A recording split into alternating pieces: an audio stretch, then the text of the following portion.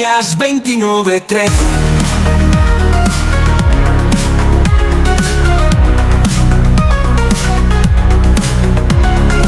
Buscaré a mi Señor con todo mi corazón. Buscaré su presencia que fortalece mi conciencia. No daré mis ojos al sueño, le diré: en mi oración eres mi dueño. Cambiaré mis ojos al sueño, le diré: en mi oración eres mi dueño. Cambiaré mi actitud de duelo por la alegría de ir más allá del velo. Y me buscaréis, me hallaréis, porque me buscaréis de todo vuestro corazón. Jeremías 29:13. Buscaré a mi Señor con todo mi corazón. Buscaré su presencia que fortalece mi conciencia.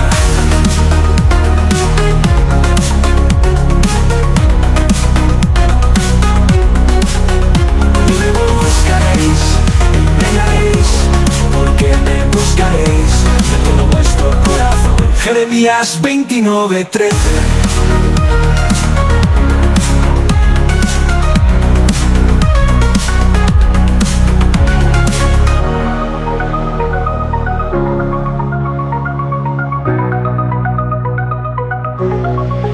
Por la alegría de ir más allá del velo, ir más allá del velo. Ir más allá. Me buscaréis, me hallaréis, porque me buscaréis de todo vuestro corazón. Jeremías 29:13. Buscaré a mi Señor con todo mi corazón. Buscaré su presencia que fortalece mi conciencia. No daré mis ojos al sueño, le diré: en mi oración eres mi dueño. Cambiaré mi actitud de duelo por la alegría de ir más allá del velo.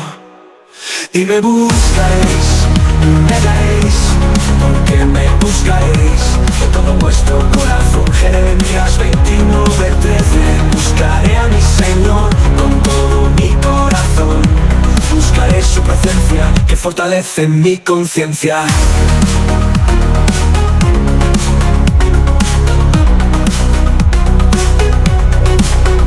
Y me buscaréis, me hallaréis, porque me buscaréis de todo vuestro corazón. Jeremías 29:13.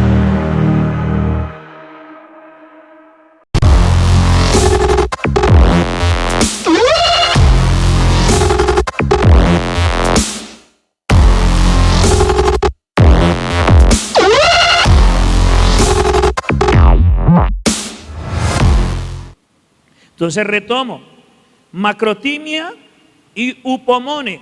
Macro, que significa demasiado o mucho. Macros, que significa largo, ¿sí? Que significa plazo, o que no es corto, o sea, no se acaba, ¿sí? Que puede sufrir durante largo tiempo.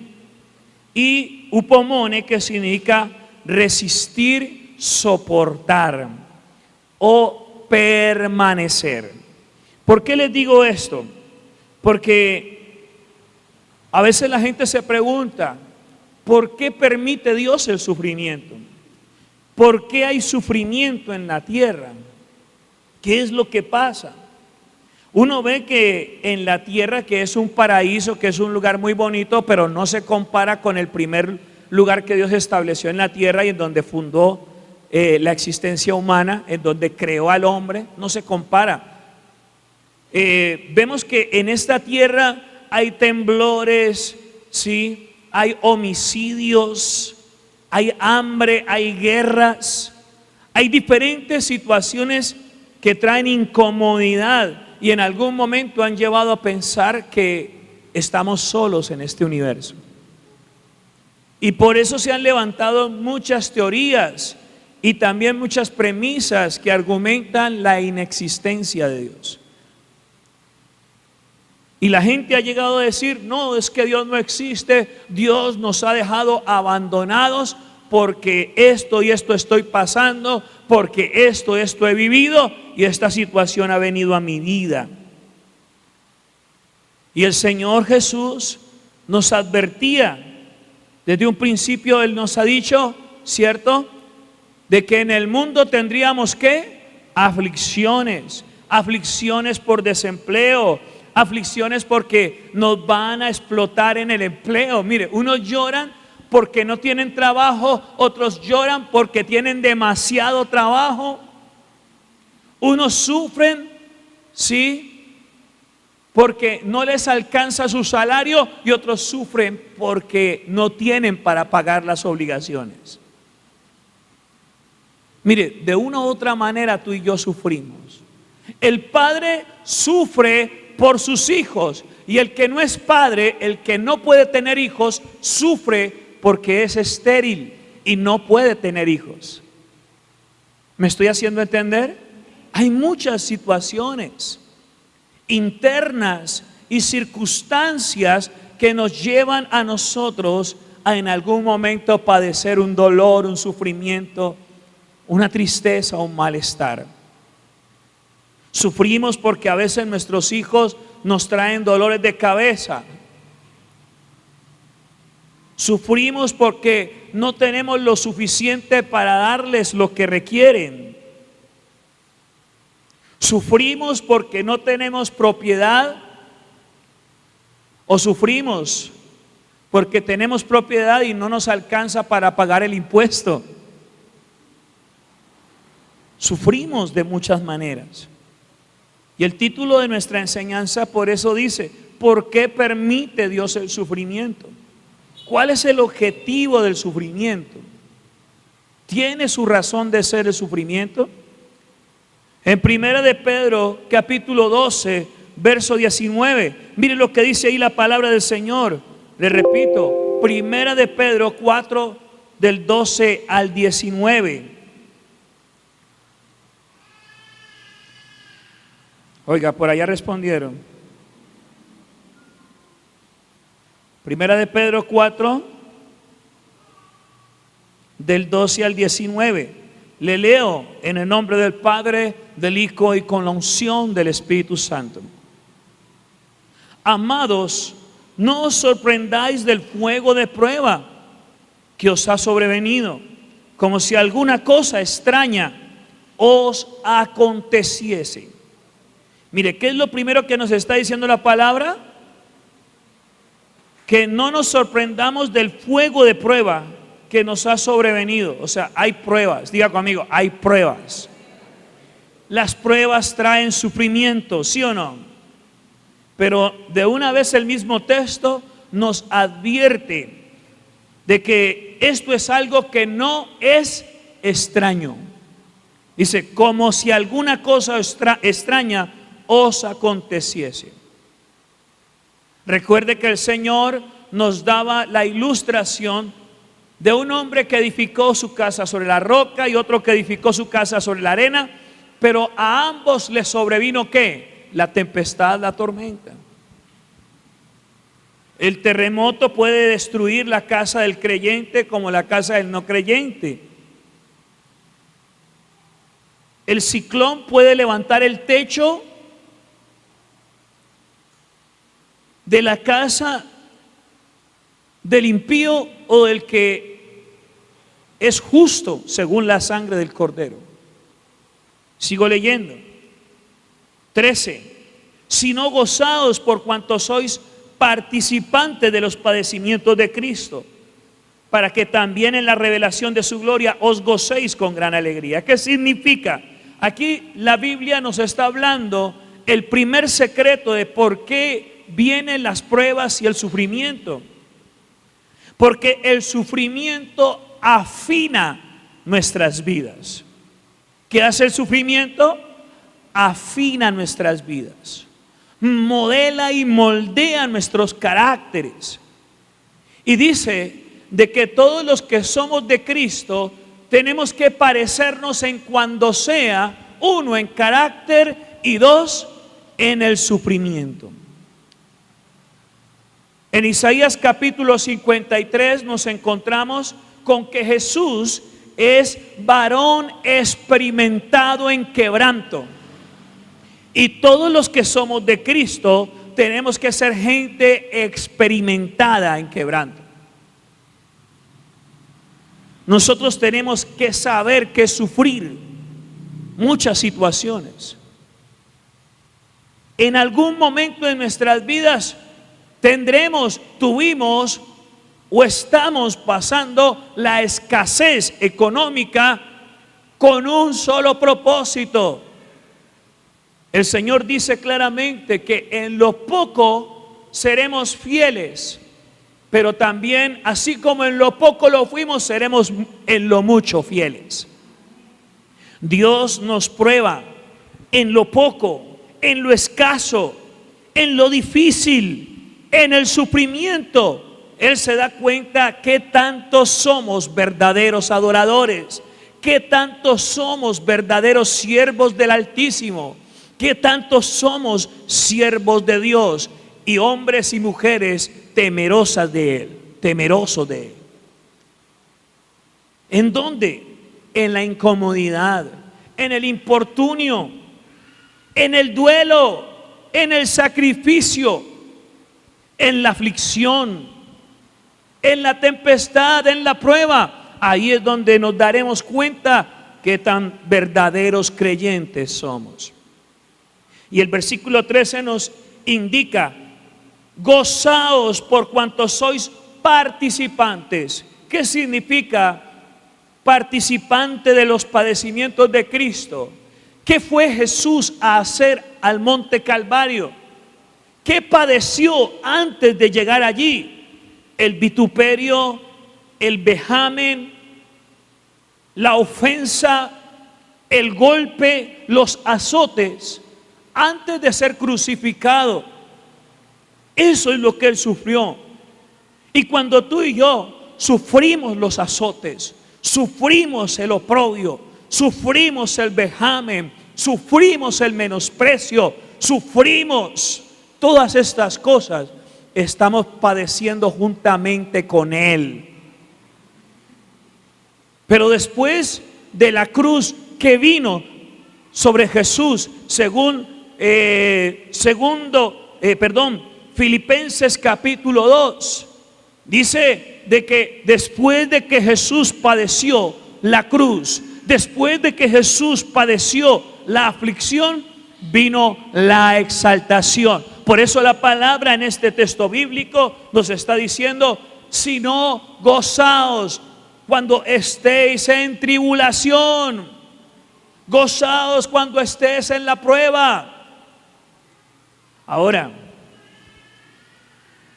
como siempre lo he dicho y se los advierto según las Escrituras, una cosa es la prueba por pecado, una cosa es el sufrimiento por causa del pecado, y otra cosa es el sufrimiento por causa de la afinación y la madurez. Recuerda, si estás siendo afinado, después del sufrimiento vendrá la exaltación. ¿No lo creen? Después del sufrimiento vendrá la exaltación. De una persona que está en pecado y está sufriendo por causa del pecado, después de este sufrimiento, si verdaderamente hay un arrepentimiento, también vendrá exaltación y luego, vendrá purificación y luego exaltación. El que está sufriendo por causa del pecado,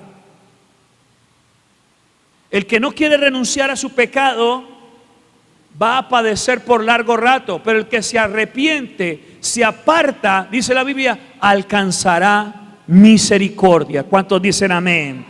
La palabra lo enseña. Ahora, cabe anotar, ya que hice este paréntesis referente al pecado, la Biblia también habla del pecado oculto. ¿Qué es pecado oculto? La transgresión de la ley de Dios. Oiga, transgresión de la ley de Dios que se tapa, que se esconde, que no se confiesa, que no se declara. Pero así mismo se tiene el cinismo de seguirlo practicando, sabiendo de que eso no está bien. Eso se llama pecado oculto. Y la Biblia dice que mientras callé, ¿qué va a pasar? Se van a envejecer mis huesos. ¿Qué va a traer el pecado? Enfermedad. ¿Qué va a traer el pecado? Dolor. ¿Qué va a traer el pecado? Lo peor de todo, maldición. ¿Hay alguien aquí que quiere ser maldito? No. ¿Cuántos quieren ser benditos? Apártate del pecado, confiesa tu pecado. Resiste. Upomone, como dice el griego. Amén. Upomone. Sigamos entonces en el texto bíblico. Si sois vituperados por el nombre de Cristo, sois bienaventurados, porque el glorioso Espíritu de Dios reposa sobre vosotros. Ciertamente de parte de ellos Él es blasfemado, pero por vosotros glorificado. ¿De qué manera glorificamos a Dios? Cuando damos un buen testimonio, cuando no nos salimos de nuestro lugar, cuando no nos dejamos sacar de nuestro lugar. Ahí es cuando nosotros somos verdaderos siervos de Dios. Sigo ahí. Pero vosotros, por vosotros es glorificado. Versículo 15. Así que ninguno de vosotros padezca como homicida o ladrón o malhechor por entremeterse en lo ajeno o por entrometerse en lo ajeno. O sea, Dios está diciendo que si alguien está sufriendo por pecado, está recibiendo la retribución adecuada. O sea, el que se está portando mal va a recibir la retribución de su comportamiento, como el que se está portando bien también va a recibir la retribución de su comportamiento, así tenga detractores, así haya personas que lo calumnien. O sea, ¿qué significa calumniar? Inventar cualquier situación para derribar la honra. Por encima de todo, Dios está viendo tu justicia y Dios va a hacer justicia sobre tu vida. Pero Dios está diciendo, ninguno de nosotros puede estar por ahí padeciendo como homicida o porque es ladrón o porque es malhechor. ¿Qué es un malhechor? Alguien que hace el mal. O por entrometerse en lo ajeno, el que es bochinchero. Que nadie padezca por eso. Ay, ¿cómo así, pastor? Por bochinchero se padece. Sí, eso es un pecado. Es un pecado disciplinable en la iglesia y también es un pecado que Dios condena y reprende también. 17. Porque es tiempo de que el juicio comience por la casa de Dios. Y si primero comienza por nosotros, ¿cuál será el fin de aquellos que no obedecen al Evangelio de Dios? Y si el justo con dificultad se salva, ¿en dónde aparecerá el impío y el pecador? De modo que los que padecen según la voluntad de Dios, encomienden sus almas al fiel Creador y hagan el bien. Si usted está padeciendo,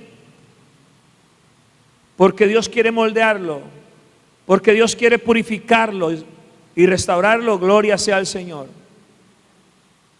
Si usted está siendo purificado, está sufriendo por causa del pecado, también gloria a Dios, porque Dios le está advirtiendo que lo que está haciendo está mal. Y el padre al hijo que ama, lo disciplina. Si usted, oiga, si usted está pecando y no pasa nada, todo está muy bien, hermano, preocúpese. Yo me preocuparía si las cosas están marchando bien y como si nada estoy pecando. ¿Sabe qué significa eso? Que ya no soy hijo, que ya no soy hijo. Pero si cometí un error y estoy recibiendo disciplina, estoy siendo reprendido por Dios y yo siento esa disciplina y esa reprensión, hermano, debo sentirme feliz y dichoso, porque al Padre, al Hijo, el que ama, lo disciplina. ¿Cuántos están aquí hoy? Gloria al Señor. En Hechos capítulo 14, verso 22, miren lo que dice ahí la palabra del Señor, confirmando los ánimos de los discípulos, exhortándoles a que permaneciesen en la fe y diciéndoles: es necesario que a través de muchas, oiga, no pocas, sino a través de muchas tribulaciones entremos en el reino de Dios. Para entrar en el reino de Dios, ¿qué debemos pasar? Lea conmigo, ¿qué dice el texto bíblico? Es necesario que a través de muchas tribulaciones entremos en el reino de Dios. ¿Y qué significa esas tribulaciones? ¿Por qué permite Dios el sufrimiento? Porque es necesario que tú y yo seamos moldeados, estructurados, formados, procesados, madurados a base de las muchas tribulaciones, muchas pruebas, muchos sufrimientos, muchas tribulaciones. ¿Cuántos están aprendiendo hoy? Primera de Pedro 5:10. Primera de Pedro 5:10. Miren lo que dice ahí la palabra de Dios. Y después, aquí es donde viene lo que le decía. Los que somos partícipes de los sufrimientos de Cristo. ¿Y qué sufrió Cristo? Vituperio. ¿Qué sufrió Cristo? Menosprecio. ¿Qué sufrió Cristo? Los azotes. ¿Qué sufrió Cristo? El dolor. ¿Qué sufrió Cristo? La gente no se ha preguntado ni siquiera qué sintió Cristo cuando su primo murió y llegó la noticia de que le habían cortado la cabeza. ¿Quién es? ¿Juan qué? ¿Juan sin miedo? Juan el Bautista era primo de nuestro Señor Jesús. ¿Y cómo creen que recibió Jesús la noticia? Se rió, celebró, él fue, se apartó, lloró, sufrió y oró al Señor para que lo consolara. Un hombre de Dios, de buen testimonio, un hombre de predicación de este evangelio santo, fue decapitado por sus convicciones de fe. Y el Señor dice: bienaventurados todos los que por causa de mí son perseguidos, dice el Señor en Mateo capítulo 4. ¿Cuántos lo recuerdan? Cuando inventen toda clase de mal contra vosotros mintiendo, bienaventurados sois, porque así como ustedes, todos los hombres de Dios sufrieron eso mismo y alcanzaron la gloria de Dios. ¿Dónde cree que está ahorita Juan el Bautista? Gloria sea al Señor. ¿Dónde cree que está ahorita Esteban? Gloria a Dios. Apedreado, lapidado por la fe. Que uno sufra por este evangelio, solamente le espera a uno la gloria sublime del reino de los cielos. Pero que uno sufra por ladrón, que uno sufra por mentiroso, que uno sufra por bochinchero, que uno sufra por ladrón, o por plebeyo, o por desordenado. Hermano, ya uno sabe la recompensa de toda obra mal hecha, de todo mal comportamiento. Aló. Primera de Pedro 5:10. Ya lo leyó, ¿cierto? Isaías 35:3. Isaías 35:3. Mire lo que dice allí. Isaías 35:3.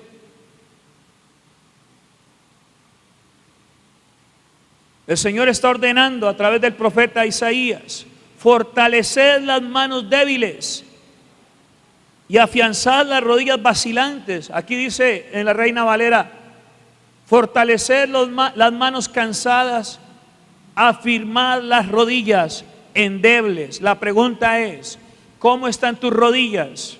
¿Fuertes o endebles? ¿Cómo están tus manos? ¿Fatigadas, cansadas o fuertes en Dios? Cuando Moisés, sus brazos estaban cansando, Dios levantó a un Caleb y a un Josué para que levantase los brazos y prevaleciera el ejército de Dios en la guerra. Aleluya. Dios va a enviar, óyelo bien. Bueno, no sé por qué aplaudieron, pero por esta sí lo harán. Dios va a enviar en tu favor muchos Caleb, muchos Josué. Aleluya. Eso es lo que el Señor, cuando te sientas fatigada, fatigado, Dios enviará a quien te levante sus brazos. Y mire, si lo tenemos, los que somos llenos del Espíritu Santo, tenemos a un glorioso Consolador. Aleluya. No está físicamente Caleb ni Josué, pero sí está presente Dios a través de su Espíritu Santo, que es nuestro Consolador, que es nuestro Paracleto, que es nuestro ayudador, que es nuestro soporte. Aleluya. Continuamos.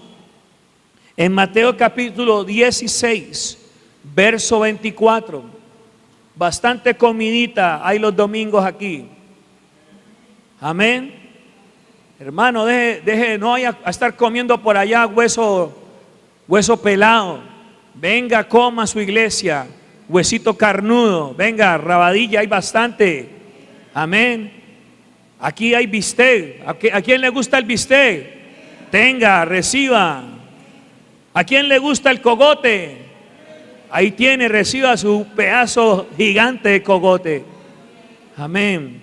Mateo 16, 24, mire lo que dice allí. Entonces Jesús dijo a sus discípulos: si alguno quiere venir en pos de mí, aquí viene lo que a más de uno no le gusta. Aquí es donde viene el ay, ay, ay, como dice el hermano Jonathan. Tome su cruz.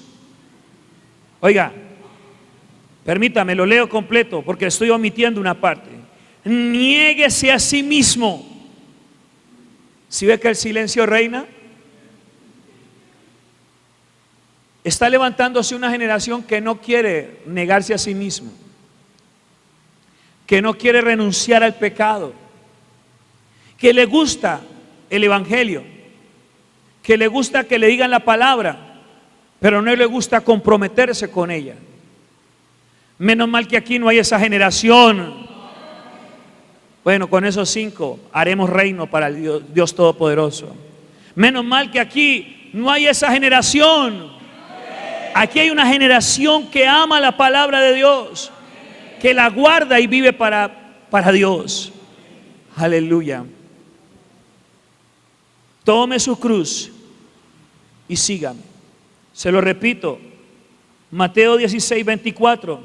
Entonces Jesús dijo a sus discípulos: si alguno quiere venir en pos de mí, niéguese a sí mismo, tome su cruz y sígame. Bienaventurados los que seguimos a Cristo. Bienaventurados los que crucificamos nuestras pasiones y deseos, nuestra carne en la cruz, y decimos: con Cristo estoy juntamente crucificado, y ya no vivo yo, mas Cristo vive en mí.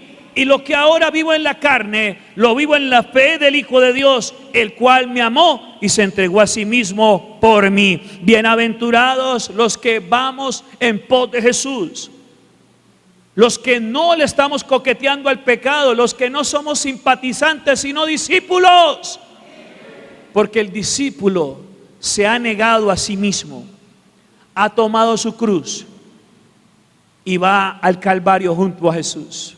Camine, vamos al Calvario. ¿Cuántos quieren exaltación? ¿Cuántos quieren victoria? Camine, vamos al Calvario. Porque en la fe no puede haber gloria sin historia. No puede haber exaltación sin Calvario. No puede haber victoria sin la cruz. Y no puede haber redención sin la obra redentora de Jesús. ¿Y por qué tenemos redención? Porque Cristo fue a la cruz. Y los que seguimos a Cristo confirmamos nuestra fe cuando nos convertimos en verdaderos seguidores y tomamos nuestra cruz. Y la cruz pesa, la cruz talla, la cruz incomoda, la cruz deja cicatrices, deja laceraciones.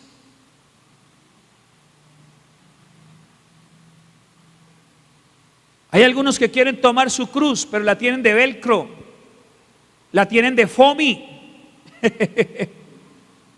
la tienen de espuma. Hay unos que no tienen la cruz, sino que tienen una almohada o un colchón para cuando se cansen tirarlo y acostarse a dormir.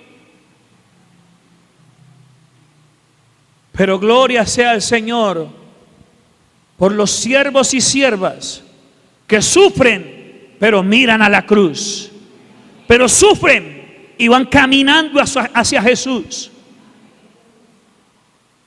Bienaventurados los que van camino al Calvario. Deje de estar mirando atrás a los que aún no han querido afirmarse como discípulos. Deje de estar mirando atrás, porque ya usted sabe lo que le pasó a la mujer de Lot. Miró hacia atrás, vio el juicio sobre Sodoma y Gomorra y quedó convertida en estatua de sal. ¿Y sabe qué significa ser una estatua de sal? Estancarse en el pecado, estancarse en el mundo, vivir para siempre en algo que no tendrá razón de ser. Si el Señor te ha rescatado del juicio venidero sobre este universo, hermano, camina en pos de Jesús sin mirar atrás, porque el que pone la mano en el arado y mira hacia atrás, dice la palabra, no es digno del reino de los cielos. Aleluya.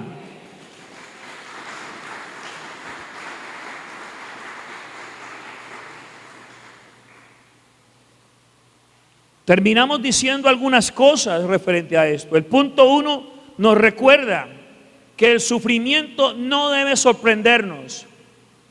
Ya les dijimos, ¿para qué el sufrimiento? Para pulirnos. ¿Para qué el sufrimiento? Para afinarnos, para perfeccionarnos. Para eso es el sufrimiento. El sufrimiento, la prueba, jamás será para tu destrucción.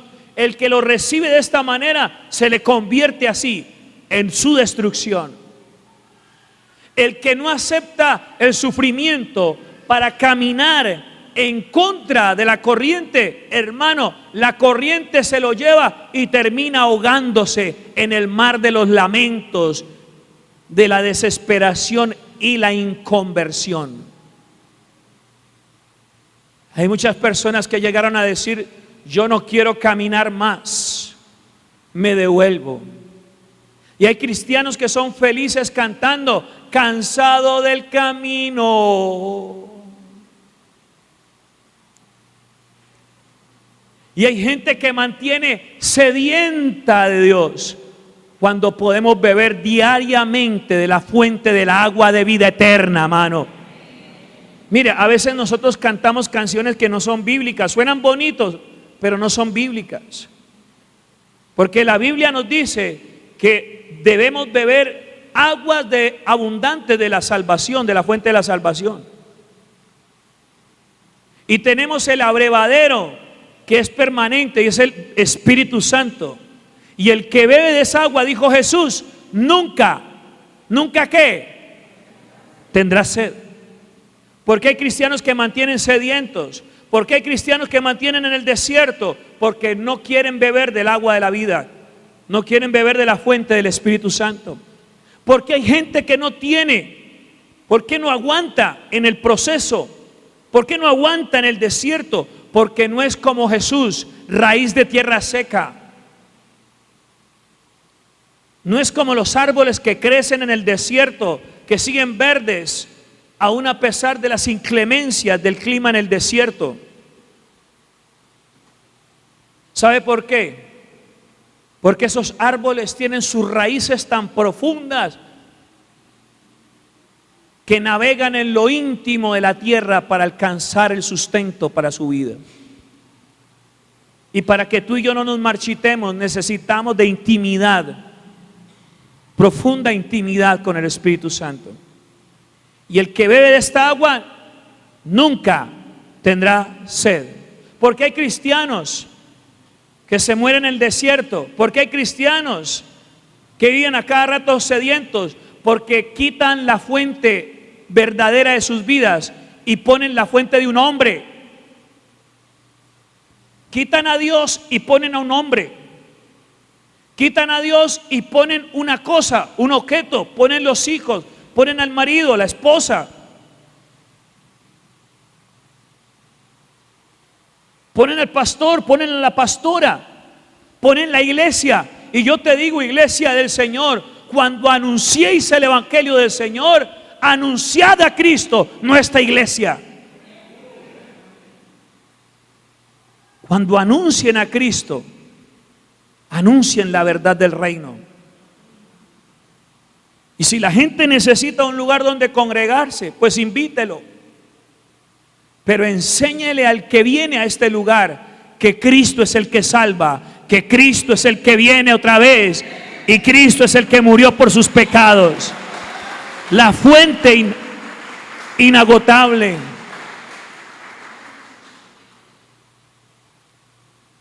No busque otras fuentes, porque esas fuentes no lo van a saciar tanto como Cristo lo puede saciar, como el Espíritu Santo lo puede saciar. Y de esta manera, de esta forma, usted no andará por ahí cantando cansado del camino, sediento. Una cosa es tener sed de más, y una cosa es tener el vacío lleno y estar vacío, el vaso vacío y estar sediento. Son dos cosas muy diferentes. Una cosa es tenerlo y desear más, y otra cosa es tener el vacío en el vaso y estar sedientos. Eso es una determinación personal. Desde las ovejas hasta el pastor, y desde el pastor a las ovejas, el estar lleno es una determinación personal. El estar completo es una decisión personal. Aló. El sufrimiento es parte del camino cristiano y no debe tomarse por sorpresa. Es una señal de nuestra identificación con Cristo. Recuérdelo siempre. Segundo, debemos regocijarnos en medio del sufrimiento. ¿Cómo así, pastor? Si el sufrimiento trae dolor, pero la Biblia nos enseña algo diferente. Regocíjese.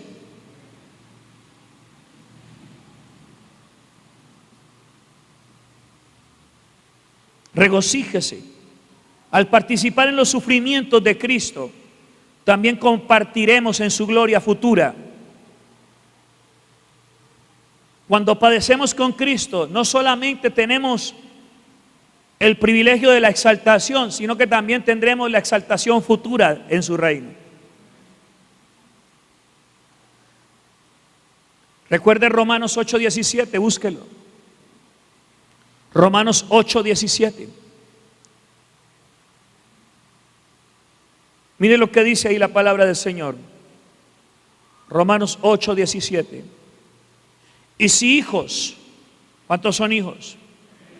También herederos, herederos de Dios y coherederos con Cristo, si es que padecemos juntamente con Él, para que juntamente con Él seamos glorificados. Diga conmigo, no hay herencia si no hay padecimiento. No hay testamento si el testador no muere. No hay diga, no se reparte la herencia si el testador no muere. ¿Cuál es la ventaja, iglesia? De que en Cristo se expió todo pecado, de que en Cristo se absorbió toda la ira de Dios, y Dios nos ve a través de Cristo. ¿Sabe cuál es la tremenda bendición de lo que hizo Jesús con nuestras vidas? Es que todo padecimiento como cristianos nos llevará a alcanzar la gloria de su reino, porque seremos cada día más y más maduros en sus manos. Si la vasija se quiebra en sus manos, Él mismo volverá a restaurarla. Aleluya. Usted es hijo, usted es heredero. Y no solamente que el testador murió, y no solamente hay promesas del antiguo y promesas del nuevo, sino que no solamente murió, sino que también resucitó. O sea que el dueño del testamento vive y comparte su reino con nosotros. El reino de vida y no reino de muerte.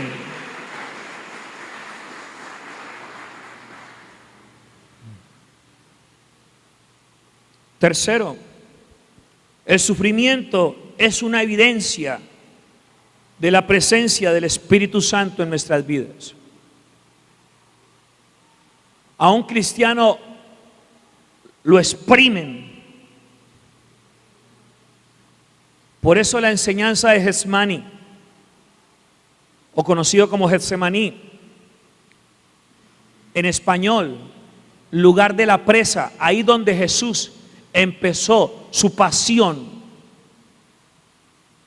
en donde oraba al Padre y le dijo: Padre, pasa de mí esta copa, pero no se haga conforme mi voluntad, sino la tuya. Allí, la presa. Un cristiano verdadero, cuando es procesado, cuando es trillado, cuando es apretado, cuando está en apreturas, un verdadero creyente le sale unción, le sale aceite. No le salen gritos, ni bobadas, ni blasfemias. No le salen desánimos o aburrimientos.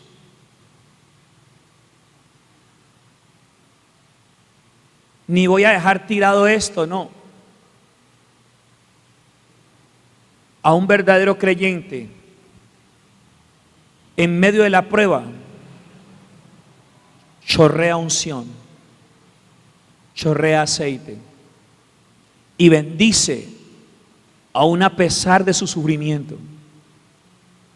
Un verdadero creyente bendice aún a pesar de su sufrimiento. Aleluya. Mateo 5, 11 y 12. Le repito y le recapitulo lo que le venía diciendo. La bienaventuranza. Bienaventurados sois cuando por mi causa os vituperen y os persigan y digan toda clase de mal contra vosotros mintiendo. ¿Ustedes son qué? Bienaventurados. El sufrimiento es una evidencia de que tenemos el Espíritu Santo. Las pedradas que nos tiran son evidencia de que somos llenos del Espíritu Santo. Porque al árbol que da fruto es al que le tiran piedras, pero al chamizo ni siquiera lo voltean a mirar. Aleluya. De fruto. Sea un árbol fructífero y verá toda la piedra que le va a llover, todo lo que le van a querer hacer para dañarlo. Pero sea un árbol ahí que solamente ocupa un espacio en el jardín o en el patio o en el parque o en la selva o en el bosque. Sea un árbol así. De pronto lo cogerán para algo muy especial, pero también algo mucho más doloroso, para que haga fuego y se queme. Tremendo, ¿cierto? ¿Cuántos quieren ser árbol para fuego?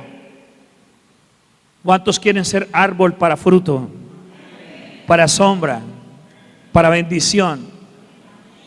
Entonces llénate del Espíritu Santo y espere sus pedradas. Espéreles.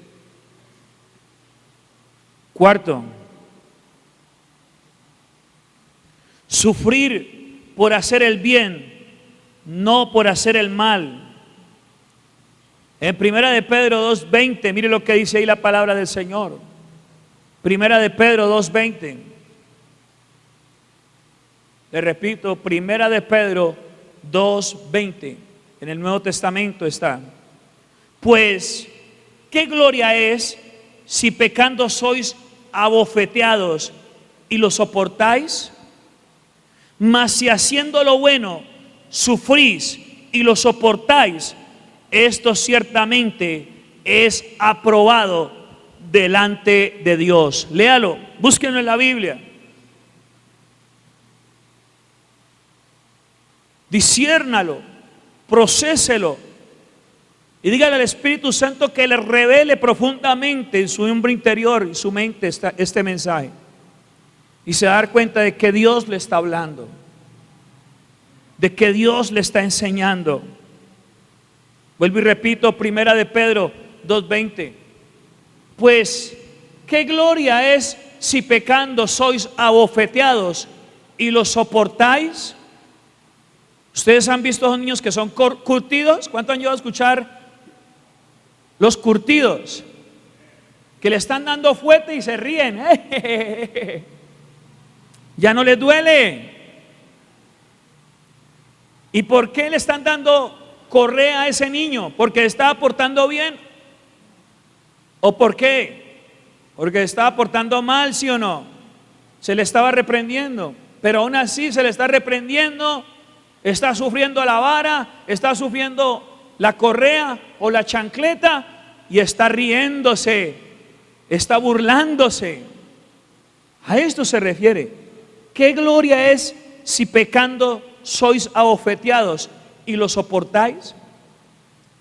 Mas si haciendo lo bueno sufrís y lo soportáis, esto ciertamente es bien visto. Eso es lo que significa aprobado. Es bien visto delante de Dios. La Biblia nos habla de Jesús, que como cordero fue llevado al matadero, que enmudeció y no abrió su boca, no profirió mal alguno en contra de sus detractores. Para lo único que abrió su boca fue para decir: Padre, perdónalos, porque no saben lo que hacen. Y sabe, concuerdo con muchos eruditos de la Biblia, de que en esa comunión tan estrecha que había entre el Padre y Jesús, el Padre estaba tan indignado de lo que estaba ocurriendo en contra de Jesús. El Padre estaba sufriendo lo que estaba pasando con su unigénito en ese momento, que Jesús sintió eso. Y viendo la ignorancia de la gente que pecaba en contra de Jesús, 100% Dios, 100% hombre, le dijo al Padre: Padre, perdónalos, porque ellos no saben lo que hacen. Y hay varias evidencias de juicios repentinos de Dios en la Biblia. ¿Los hay o no los hay? Cuando cayó fuego y consumió a todos aquellos que se levantaron en contra de Moisés. Dice que abrió la tierra y se los tragó. Juicios repentinos de la ira de Dios. Dios, diga conmigo, Dios también ha tenido ira. Sodoma y Gomorra es un claro juicio de Dios. La erupción del Vesubio en contra de Pompeya es una muestra clara del juicio de Dios. Usted viera todo lo que investigué sobre Pompeya, las cosas que se hacían en Pompeya. Y hubo pueblo cristiano, hubo gente que con temor de Dios que quiso advertirles del mal que hacían. Entonces, ese Padre, perdónalos porque no saben lo que hacen, fue una voz de salvación en nuestro favor. Fue una intercesión hasta la muerte de nuestro Jesús por la misericordia de Dios sobre nuestras vidas. ¿Cuántos dan gracias a Dios por ello? Nuestro sufrimiento debe ser por nuestra fe y por hacer el bien, no por las malas acciones. Sufrir como cristianos es motivo de gloria de Dios, es motivo de honra divina. Amén. Quinto, el juicio comienza por la casa. Ezequiel capítulo 9, verso 6. Mire lo que dice Ezequiel capítulo 9, verso 6. Matad a viejos y a jóvenes, y a vírgenes, niños y mujeres, hasta que no quede ninguno. Pero no os acerquéis a ninguno sobre el cual esté la señal, y comenzaréis desde mi santuario. El último juicio que viene sobre la tierra está descrito también en Ezequiel capítulo 9, verso 6, en donde el Señor va a ejecutar un tremendo juicio sobre la tierra, que es el juicio final. Y dice que solamente los que tengan la señal del Cordero son los que no van a pasar por este juicio, a lo que nosotros le llamamos el rapto de la iglesia. Un evento escatológico que está próximo a acontecer en este mundo. Pero la Biblia dice aquí que todo va a empezar primero ¿desde dónde? ¿Desde dónde va a empezar el juicio? Viene el rapto de la iglesia, y en el rapto de la iglesia, ¿quiénes se irán a ir? Diga conmigo, el cristiano fiel y verdadero, el obrero de valor. Dígalo conmigo nuevamente, sin temor. El cristiano fiel y verdadero, el obrero de valor. La esposa del Cordero van a entrar en la presencia del Señor, y de ahí para allá se va a desencadenar un juicio tremendo. Aparecerá el anticristo, posteriormente en ese mismo tiempo vendrán 3 años y medio de paz ficticia. Después el anticristo romperá el tratado y vendrán entonces 3 años y medio de persecución, juicio, destrucción sobre la tierra. Y después de esto se levantarán contra Israel, y ahí es donde aparecerá el Señor con sus ejércitos para pelear la gran batalla de Armagedón. Aleluya. Y después de eso el milenio con Cristo. Aleluya. Resumido, brevemente resumido, el juicio divino comienza con el pueblo de Dios, los que nos llama a vivir en santidad y obediencia. Esto nos recuerda la seriedad de nuestro llamado como cristiano. El que es cristiano no anda enredado en los asuntos del mundo. El que es cristiano, con todo respeto, amada iglesia, soy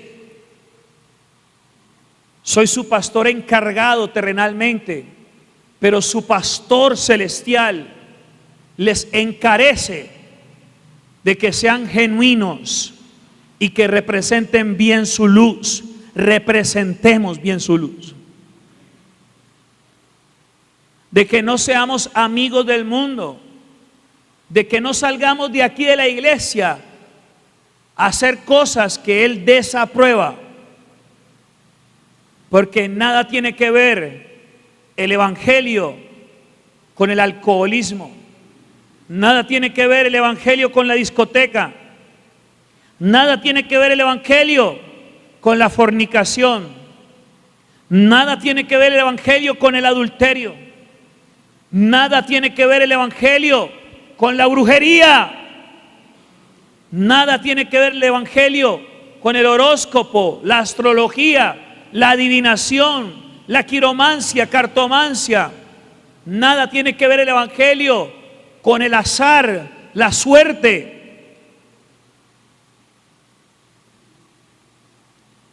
Si usted y yo queremos tener bien clara la marca de Cristo en nuestras vidas, comportémonos como tal, como verdaderos discípulos de Cristo. Voy terminando y aterrizando este mensaje. Sexto y último.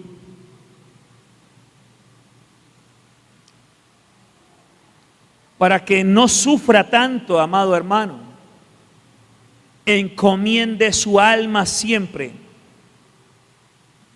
a Dios, haciendo el bien.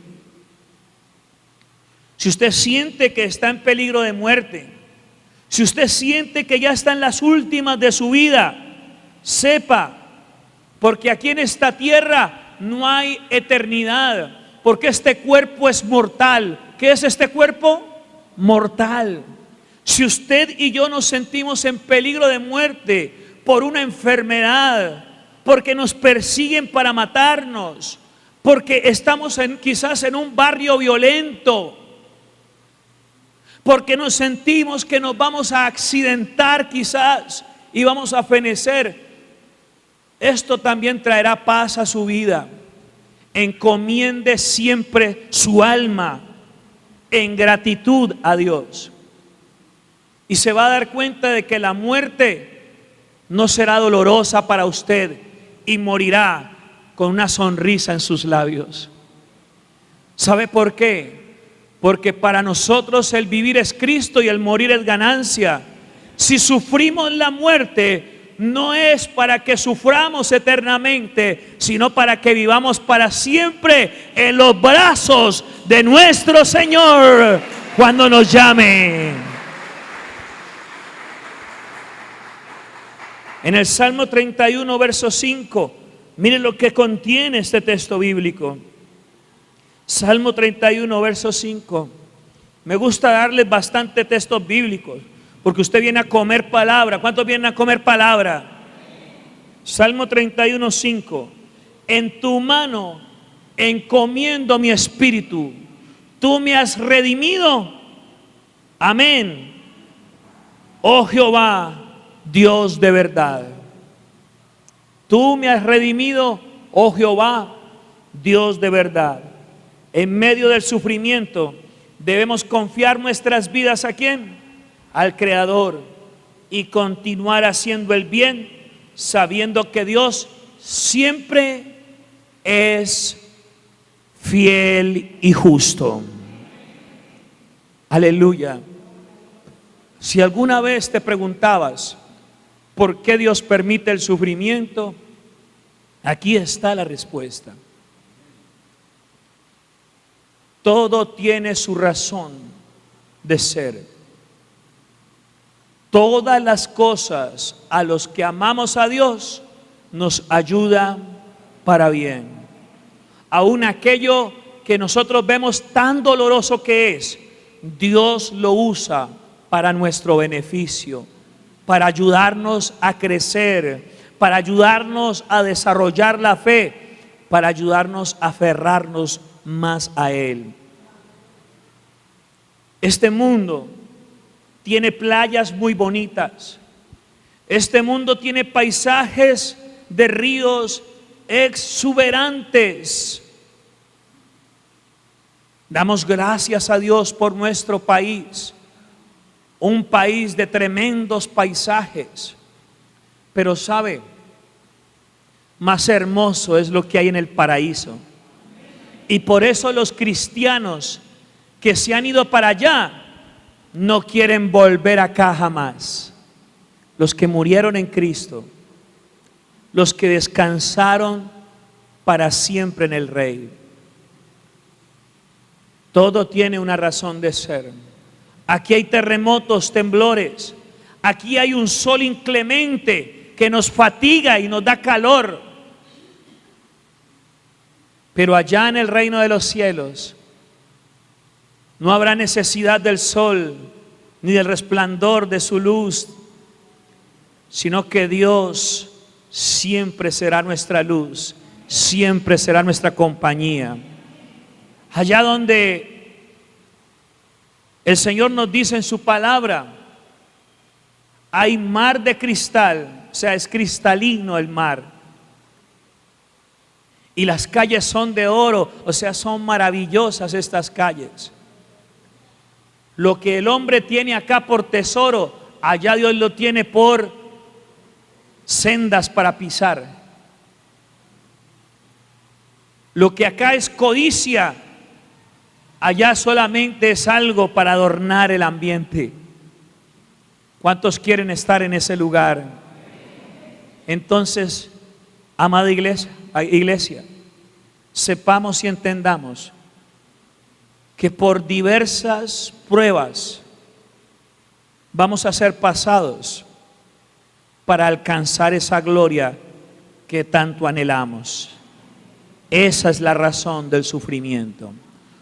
Purificación.